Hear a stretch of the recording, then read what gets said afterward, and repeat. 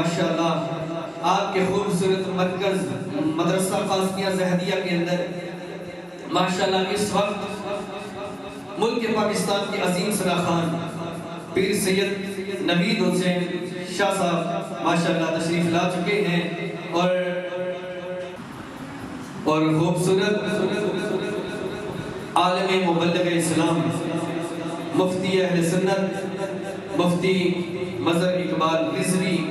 इस्लामाबाद से माशाअल्लाह खूबसूरत चेहरे के साथ वो भी तशरीफ ला चुके हैं और नैनिया की पहचान और हम सब की शान क़िबला पीर तरीक़त रहबर शरीयत पीर हमायूं रज़ा दुरावी आस्ताना आलिया नैनिया शरीफ माशाअल्लाह खूबसूरत हस्तियाँ इस बनाल की बस्ती में जलवागर हैं। मैं बनाल वालों से गुजारिश करता हूँ कि बराए करम महफ़िल बाग में तशरीफ ले आए।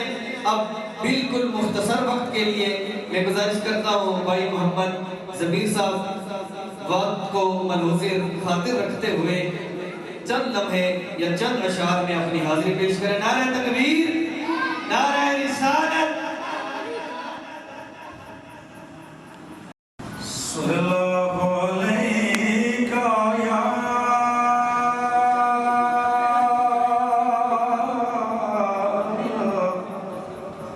या